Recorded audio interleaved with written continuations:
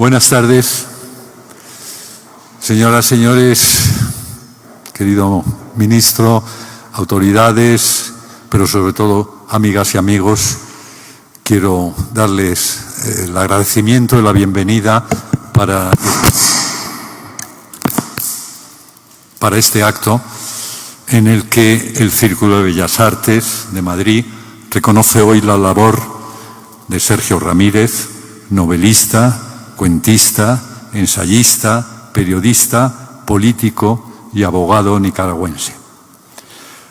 En su reciente novela, Tonguelele no sabía bailar, indaga en los abusos de poder en Nicaragua y en los acontecimientos de protestas y represión acaecidos en 2018, a través de las peripecias del inspector Dolores Morales, quien ya protagonizó las novelas anteriores El cielo llora por mí y Ya nadie llora por mí.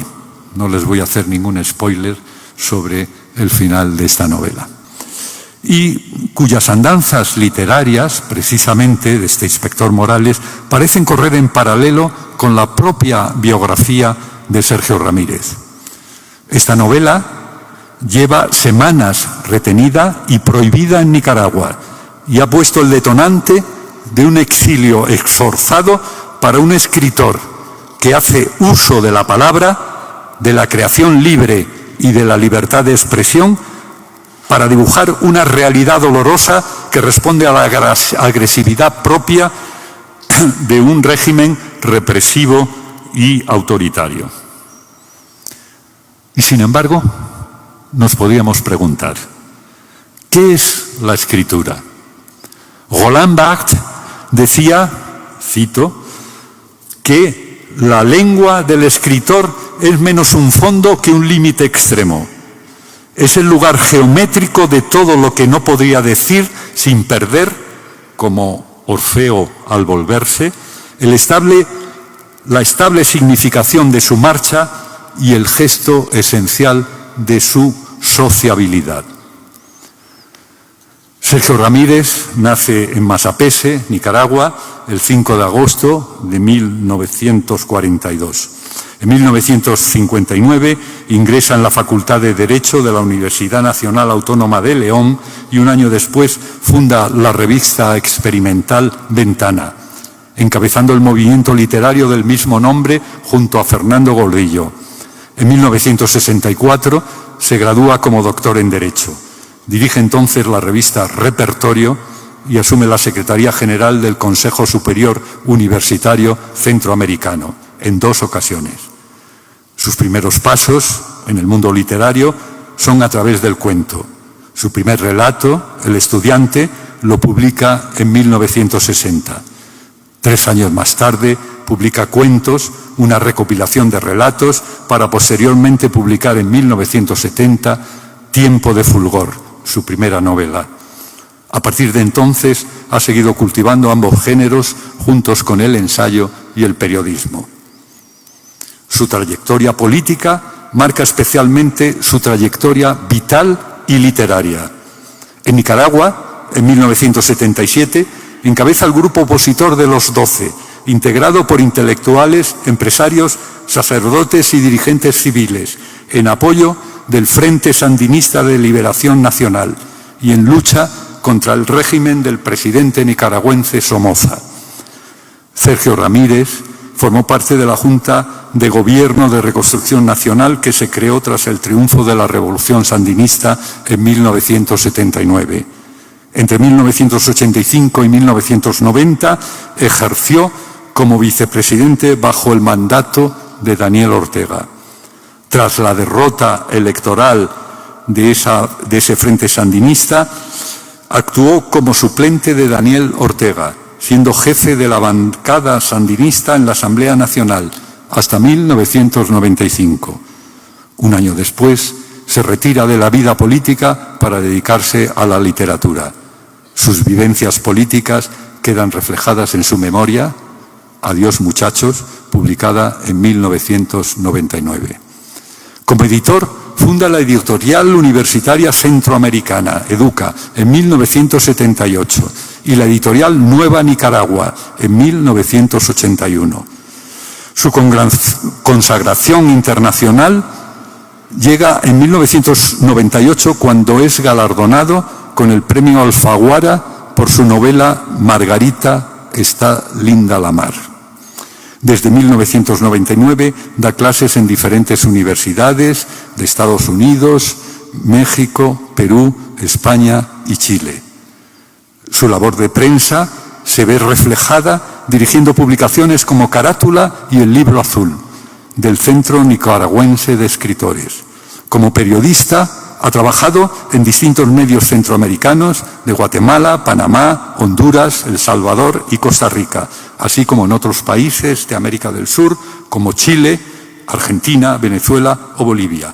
Y en España podemos leer sus artículos en el diario El País.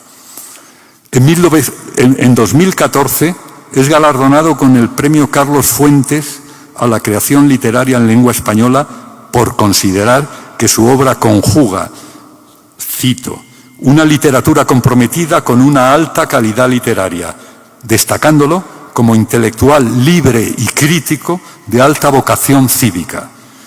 Ese mismo año es nombrado vocal del patronato del Instituto Cervantes, en representación de las letras y la cultura latinoamericanas. En 1917 se convierte en el primer centroamericano en ganar el premio Cervantes. Al año siguiente dedicó su discurso al recibir al premio, cito, a los nicaragüenses que en los últimos días han sido asesinados en las calles por reclamar justicia y democracia, y a los miles de jóvenes que siguen luchando sin más armas que sus ideales porque Nicaragua vuelva a ser república.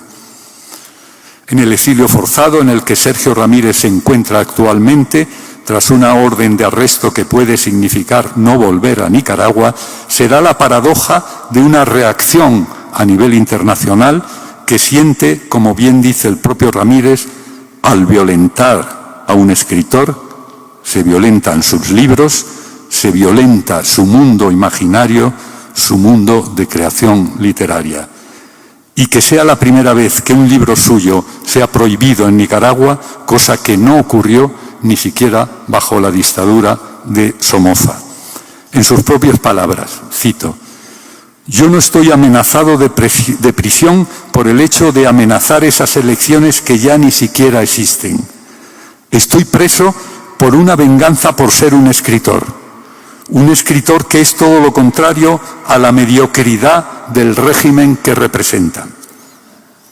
Hoy, Sergio Ramírez recibe la medalla de oro del Círculo de Bellas Artes por su calidad literaria humana, por su compromiso con la justicia, la democracia y las libertades sociales, por la lucha a través de la libertad literaria y creadora, por acogerse a la parresía, ese hablar en el que el hablante usa su libertad y elige la franqueza en vez de la persuasión, la verdad en vez de la falsedad o el silencio, el riesgo de muerte en vez de la vida y la seguridad, la crítica en vez de la adulación y el deber moral en vez del autointerés y la apatía moral.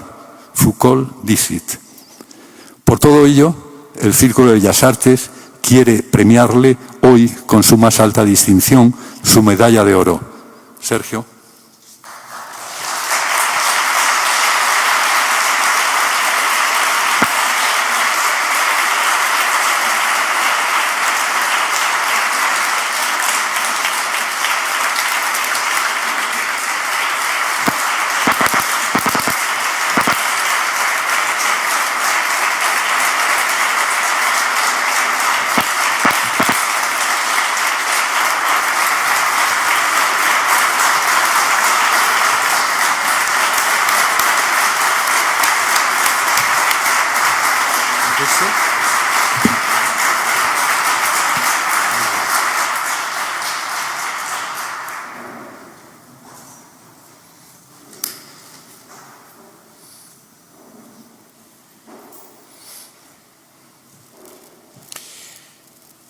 Querido Juan Miguel, presidente de esta institución, don Fernando Grande Marlaska,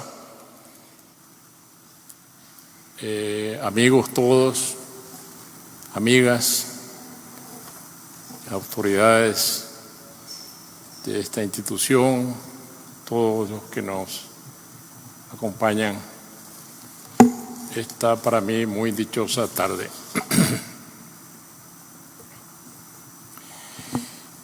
Mi primera reflexión de esta tarde al recibir la medalla de oro del Círculo de Bellas Artes, un honor como pocos en mi vida de escritor, es que la literatura es un oficio peligroso cuando se enfrenta a las desmesuras del poder de las tiranías que nunca dejan de sentirse amenazadas por las palabras. El poder, visto de esta manera como una anomalía recurrente del destino democrático de América Latina y que se ejerce con crueldades y excesos, tiene rostro de piedra y es contrario a la tolerancia y contrario a las verdades y a la invención y al humor y a la risa, que son cualidades cervantinas. Hablo delante de ustedes como un escritor forzado al exilio y bajo una orden de prisión arbitraria, la misma que ha caído sobre la cabeza de más de 150 de mis compatriotas, presos por pensar diferente, por disentir, por hacer valer su derecho de opinar, por creer en la democracia y por defenderla. A mí, además de todo eso, se me ha enjuiciado por mis palabras, por el hecho de escribir, por mostrar la realidad de un país sometido a la violencia de la tiranía y por imaginar, por crear.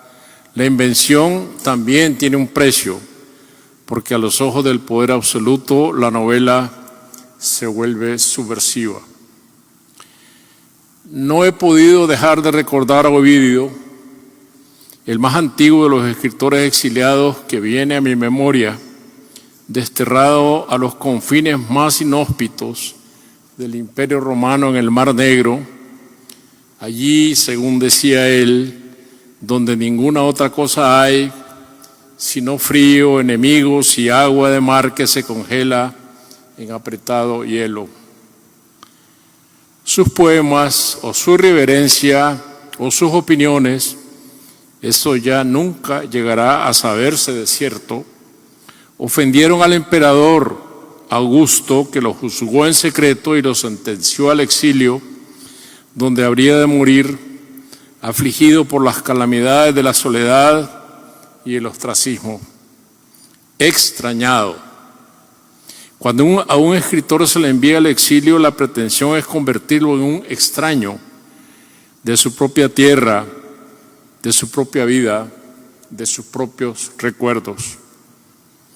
Como la nave podrida que es devorada por la invisible carcoma, como los acantilados socavados por el agua marina, como el hierro abandonado, atacado por la mordaz herrumbre, y como el libro archivado, devorado por la polilla, dice de sí mismo en sus tristes, porque aún en aquellas lejanías siguió escribiendo un oficio al que no se renuncia nunca, aún en medio de las peores calamidades.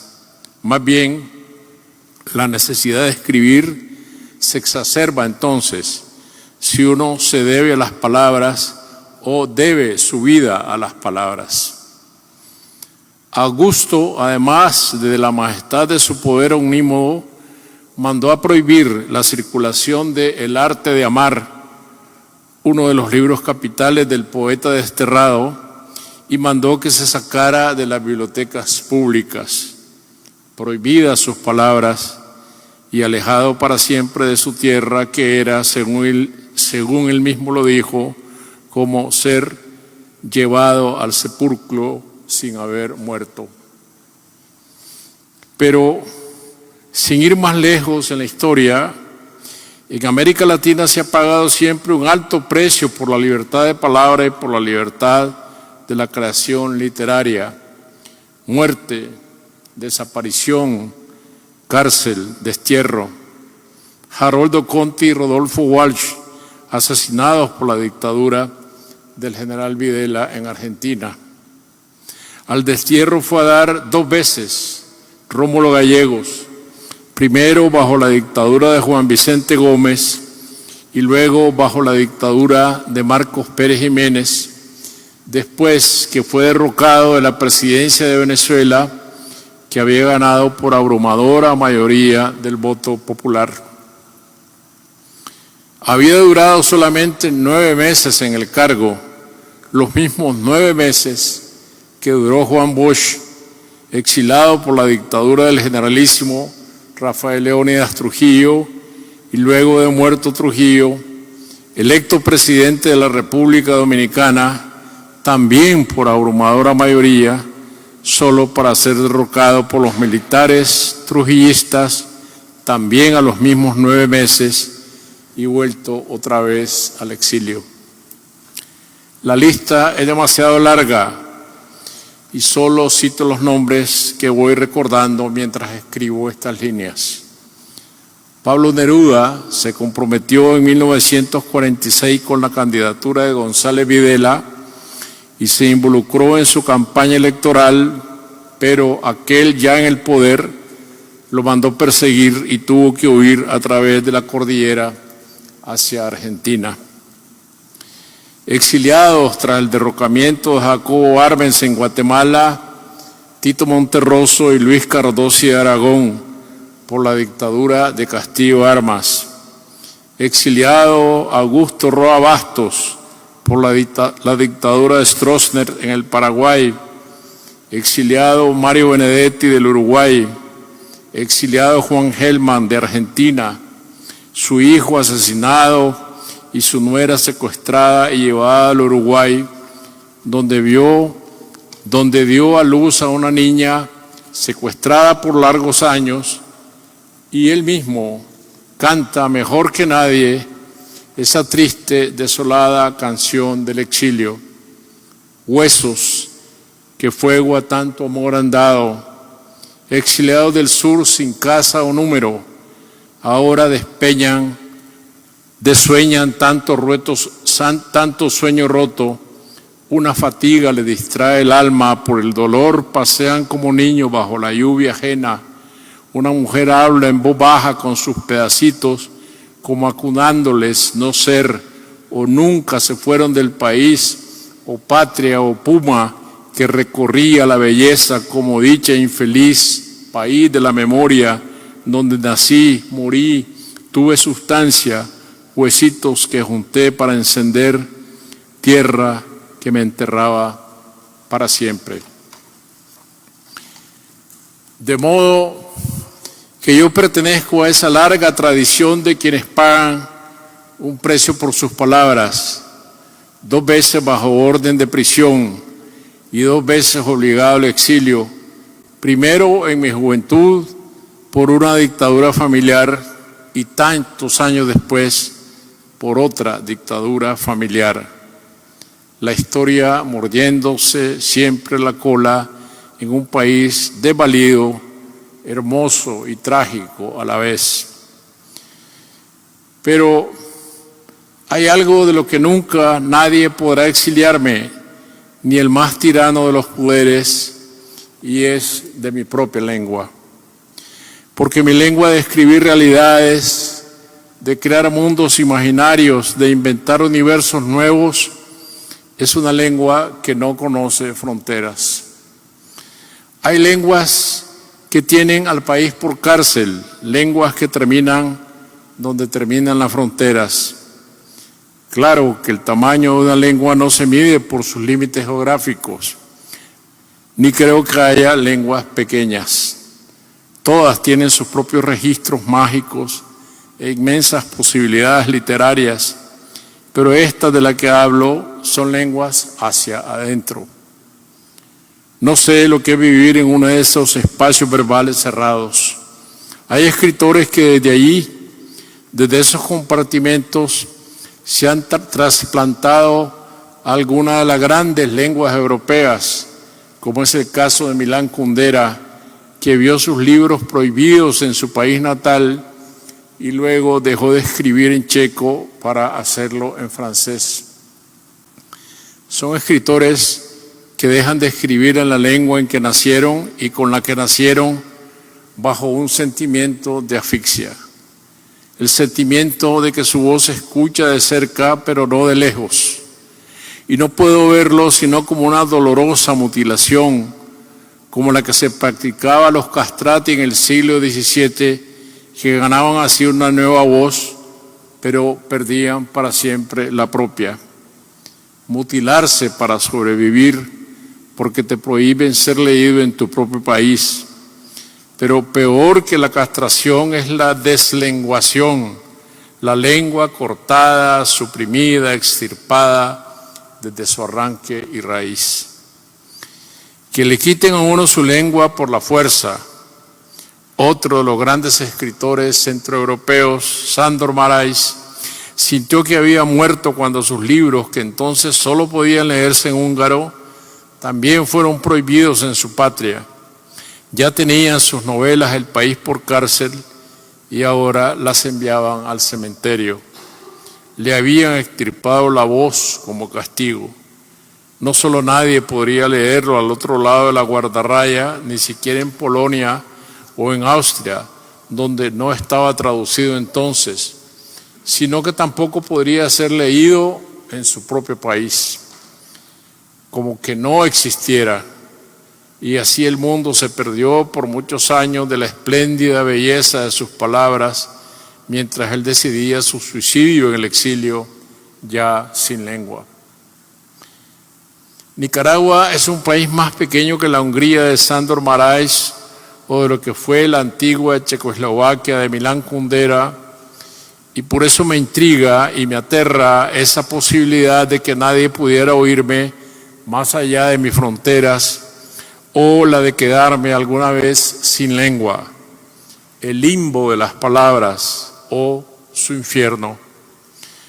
Pero yo con mi lengua recorro todo un continente, atravieso el mar y siempre me estarán escuchando. Y si mis libros están prohibidos en Nicaragua, las veredas clandestinas de las redes sociales hacen que lleguen a miles de lectores, igual que pasaba antes con los libros inscritos en las listas negras de la Inquisición, que atravesaban de contrabando las fronteras a lomo de mula o burlaban las aduanas escondidos en barriles de vino, de frutos secos o de tocino.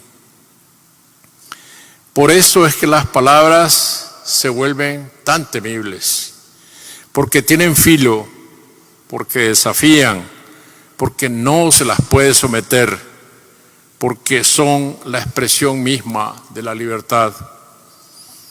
Al recibir esta medalla, doy la gracia al Círculo de Bellas Artes por la distinción que me concede y doy las gracias a España por acogernos a mi esposa Tulita y a mí de la manera generosa y solidaria en que lo ha hecho, para expresar esta gratitud, sí que no hay palabras.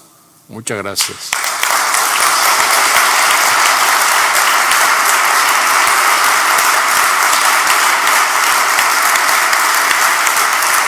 Muchas gracias.